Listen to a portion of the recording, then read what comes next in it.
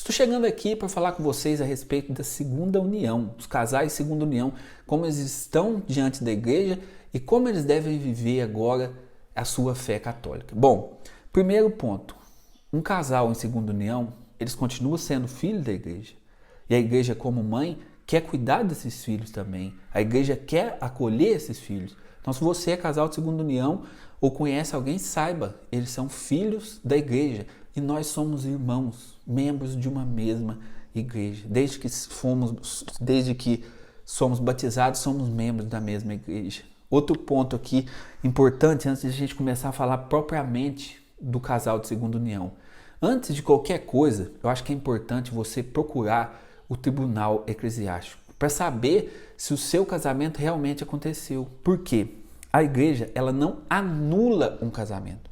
Ela declara a nulidade de um casamento, ou seja, ela reconhece que o casamento não aconteceu. Vamos dar um exemplo bem prático aqui para poder entender. Por exemplo, vamos supor que um dos requisitos é a fidelidade conjugal. A pessoa a casar, ela precisa estar disposta a viver a fidelidade conjugal. Aí, de repente, o cara casa e a amante está sentada ali no banco da igreja, vendo o casamento. E ele não tem intenção de terminar o relacionamento, ele vai continuar cometendo adultério. Esse casamento foi inválido. Ele pode até mentir para a igreja, mas para Deus ninguém engana. Então, diante de Deus, esse casamento não aconteceu. E é isso que a igreja reconhece quando ela declara a nulidade de um casamento. Então, há diversos fatores que, de repente, o seu caso pode encaixar em um deles. E nós precisamos saber quais foram as reais condições do matrimônio, do nosso matrimônio. Se você se separou, se você é um casal de segunda união, procure o tribunal eclesiástico para você saber, tomar nota de se o seu casamento realmente aconteceu. Muitos casamentos podem ter não acontecido, porque existe uma série de exigências que às vezes não é cumprida, desde uma desordem sexual que a pessoa possa ter antes do casamento e omite isso também da outra pessoa. Isso é coisa que infelizmente acontece. Uma série de coisas que pode tornar nulo um casamento, que pode levar um casamento a ser reconhecido como nulo, ou seja, que nunca aconteceu. Aí, uma vez que você tenta lá o tribunal, dentro do tribunal eclesiástico, você é chamado a viver dentro da igreja. Primeira coisa, gente, uma coisa muito importante: não se afaste da igreja, não deixe a igreja por nada, mas ao contrário, ajeitando meu cabelo aqui que tá feio. Não mudou muito, mas vamos lá.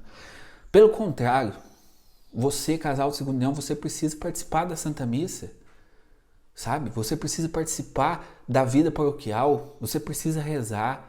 A igreja, como mãe, como eu falei no começo, ela quer ver você por perto. Eu não conheço uma mãe que não liga pro filho, que não tá nem aí se o filho vem almoçar no domingo. Eu não conheço uma mãe. A mãe quer ver o filho por perto e a igreja é assim. Agora, o que acontece? Muitas vezes, uma coisa que afasta os casais de segunda união é o julgamento das pessoas. Às vezes, nós apontamos o dedo para julgar o outro.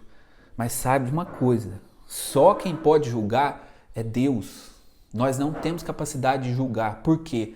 Só quem conhece o coração do homem é Deus. Nós não sabemos o que passa no coração da outra pessoa. Então nós não podemos apontar o dedo para julgar.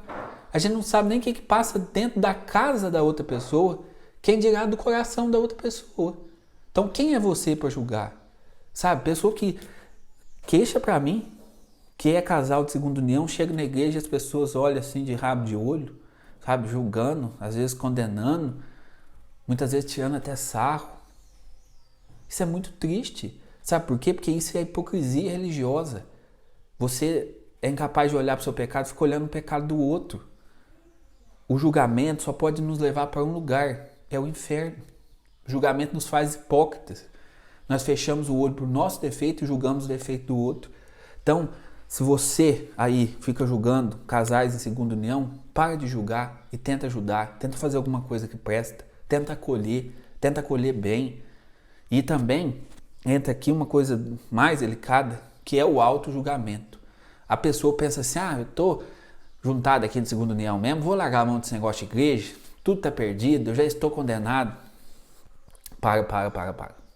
Não existe essa condenação. Ninguém sabe. Só Deus sabe quem irá para o céu, só Deus sabe quem vai ser salvo, quem não vai ser salvo. Então nós somos muito limitados, até para falar da nossa condenação. Nós não sabemos. Agora, se você se aceitar e viver assim, você vai ser condenado. Mas a verdade é que você não sabe. Você não sabe se você vai ser condenado. Você não conhece a misericórdia de Deus para com as pessoas e também para com você. Então larga dessa bobeira, já estou condenado, está tudo perdido. Não. Deus vê o seu coração, Deus vê o seu interior, lugar onde que nenhuma pessoa vê. Deus vê. Mas para isso, eu preciso viver uma vida de busca de Deus. Não dá para usar o fato de você estar em segunda união como uma desculpa e deixar de participar da missa, e deixar de participar da igreja, e não ter uma vida de fé, uma vida ativa em matéria de fé. Eu conheço casais que usam dessa desculpa para não participar da vida da comunidade, para não ir na missa, para não ir de repente em um grupo de oração, fica usando dessas desculpas e acaba se afastando de Deus. Ah, mas os outros vão olhar para mim. Gente, a sua salvação não está no que os outros dizem. A sua salvação está no que Deus diz. Ofereça isso como uma mortificação. Fala, Jesus, eu vou à missa hoje. Eu sei que todo mundo vai olhar e me julgar. Agora eu vou mesmo assim. Eu vou porque eu vos amo. Eu vou por amor a vós. Eu não vou pelas outras pessoas. Tá vendo como que acaba a desculpa? Uma coisa que às vezes as pessoas não entendem e acaba... O casal em segunda união, ele não pode comungar. Por quê? Teoricamente, enquanto o seu matrimônio não for reconhecido como nulo, você está em pecado. Aí você, em pecado público, você não pode comungar. Isso é o que a igreja determina, é você, casal de segunda união, você é chamado a viver desta maneira. Mas aí você fala, eu não vou porque eu não posso comungar. Mas quantas coisas você pode fazer? Você pode, por exemplo, vou dar alguns exemplos, você pode participar da liturgia da palavra, você pode comungar através da palavra de Deus. Olha que coisa bonita, comungar a palavra de Deus. Ali no momento da palavra, na hora da homilia, você está em comunidade, você está comungando. E uma coisa que eu falo, sempre quando eu vou falar questão relacionada à segunda união, eu falo assim, muitas pessoas comungam de maneira sacrílega. Ou seja, vamos supor, você é casal de segunda união, não pode comungar. Todo mundo sabe, você respeita, não comunga. Há muitos jovens e pessoas solteiras que têm vida de relação sexual ativa, fora do casamento e que comungam. Ela está comungando em pecado mortal. Está comungando, está cometendo um sacrilégio. Quantas pessoas que comungam e não fazem ação de graça? Come do pão ali, mas é como se, sabe, que não muda nada. Você pensou que bonito?